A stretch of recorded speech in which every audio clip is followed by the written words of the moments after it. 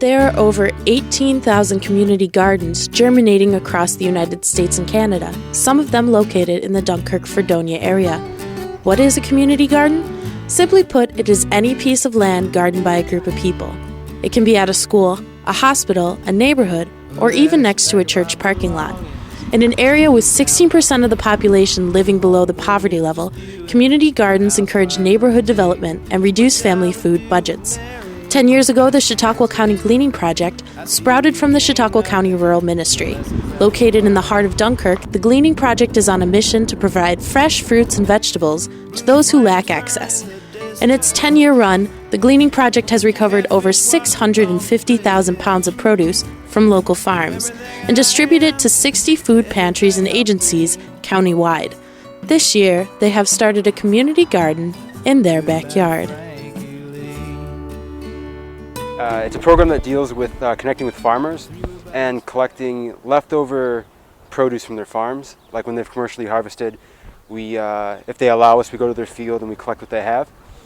This has been around since 1999, and since then, I believe around 2004, it's the last couple of years, they've started doing community garden spaces through a grant with New York State.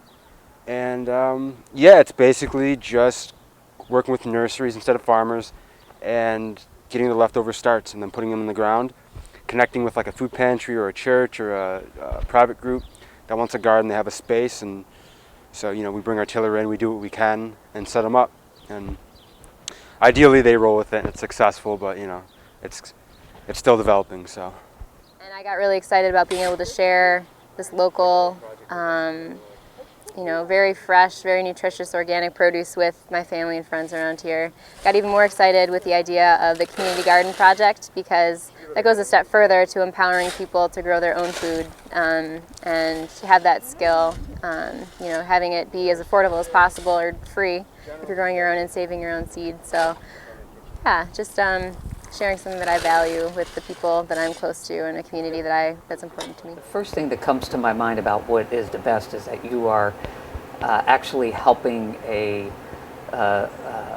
person to make a living in Chautauqa County. That's foremost. Whether you buy organic or whether you don't buy organic, there's a lot of non-organic growers in Chautauqa County too. So you are helping your neighbor sustain a living by purchasing from them. Secondly, would be the freshness that you would get it at. Okay, generally speaking, we pick up our supply in the morning, and you could actually have it on your table in the afternoon or evening meal. So that's the best way that you can possibly get any fruits or vegetables. The only better way is to grow it yourself. Thirdly is that it doesn't have to cost a lot to ship it. Okay, if it's within Chautauqa County, then it is within an hour's ride or an hour's drive anywhere in the county. So again, the carbon footprint is much, much lower. And of course, the carbon footprint for organic is actually even lower, more because you're not using the pesticides, the herbicides. You're not using the inorganic fertilizers, which all have a carbon, footprint. You can grow much everything with a little small space if you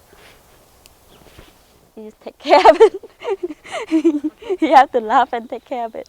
Then you can grow. It's like right now, a lot of it is greenhouse work, and a lot of it is coming out here and seriously connecting with the different garden sites. But a lot of other stuff has always just been keeping things going inside, just wherever you're needed. We have the food pantry, the soup kitchen and all that. Just grabbing food, grabbing bread, making sure the bread pantry's stocked. So there's a lot of shared effort with the rural ministry. The name explains itself, the Friendly Kitchen. It's where you can come get 3 square meals a day, which we now just started breakfast about 2 weeks ago. So you got breakfast, you got lunch, and you got dinner. Free of charge? Free of charge. The Gleaning Project tries to use every little bit of resource to help them grow their gardens. Vegetables and fruits are grown locally in community gardens with the help of devoted volunteers. When it's time to harvest, vegetables are donated to the Friendly Kitchen, the Rural Ministries food pantry, to feed those in need.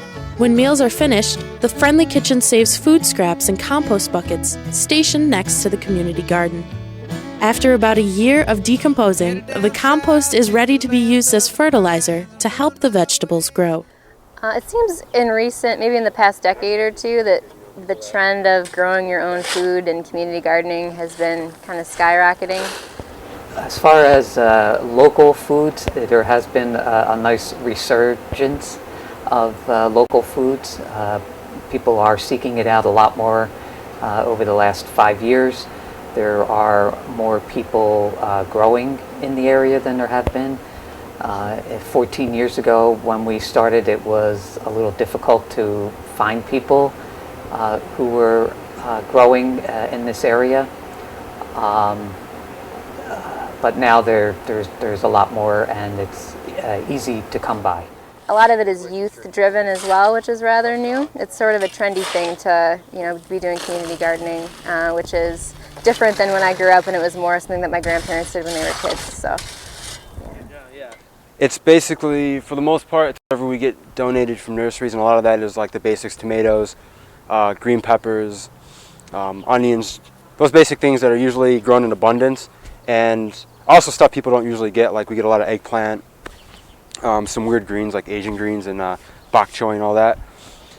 With the seeds that we have gotten donated, we have a little more freedom to choose, but we're still going to go with basics. Just carrots, your greens, brassicas, like cauliflower and broccoli and all that kind of stuff.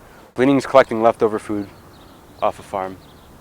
Yeah, but we're kind of trying to expand it because like Sarah was talking about, we get a lot of things given to us, so we find a lot of things. Like a lot of the things here are just stuff that like these compost bins are donated from Cornell Cooperative Extension. These pallets are just stuff that's lying around. A lot of this wood was stuff that was lying around in there that we just cut up. These borders for this flower bed. So, gleaning is hustling. It's just finding what you need and making it work, because funding's really hard to come by. So this area gets really wet and water runs off and it gets very messy. So we figured if we could utilize that water to make it go somewhere. So we're thinking in the middle where these pipes are going to meet, it can make kind of a poolish area. A lot of what we want to do with the space is make it a community space proper, which means just we want to get trees in, some berry bushes, maybe some benches, get a lot of stuff growing, increase the biodiversity, really work on our compost and get that really functioning well. And make it just a proper social space. There's so many people who come to us and say, I have zero gardening experience, but I would love to learn, and I would love to be able to grow some of my own food. And that's really all you need is the interest and the willingness to give a few hours of your time. What I really have appreciated about this project is seeing how different people with different things to offer have to come together. There are some people who have these big cat litter buckets that they need to get rid of, which we happen to need for carrying water and other supplies. Like so many things. One person will have some pots, one person will have some seeds left over. Every person has something to offer. There's so many different resources, and like Josh over here digging gravel into a ditch. There's the activities are endless, and everybody can offer something. If you're an elderly person and you can't lift, we can certainly have you starting little seeds in a tray on a table. So everybody can do something. I don't know, it sounds corny, but it's just we should all do these kind of things. It takes us out of our own ego space. If we start thinking about other people and do things for others, then we're not thinking about our own BS that goes on in our head, which we all have a tendency to do a lot, especially with our culture. So we stop thinking about the clothes we're wearing or how we look or what people are thinking about us, and we think about others. Sarah and I both consider ourselves very lucky to be working here, and everyone inside is very awesome to work with. It's very crazy, but it's a good crazy. In the words of the Gleaning Project, communal agriculture is intrinsic to human history. Being part of a community garden is a bonding experience with nature. As the garden grows, so too does the gardener.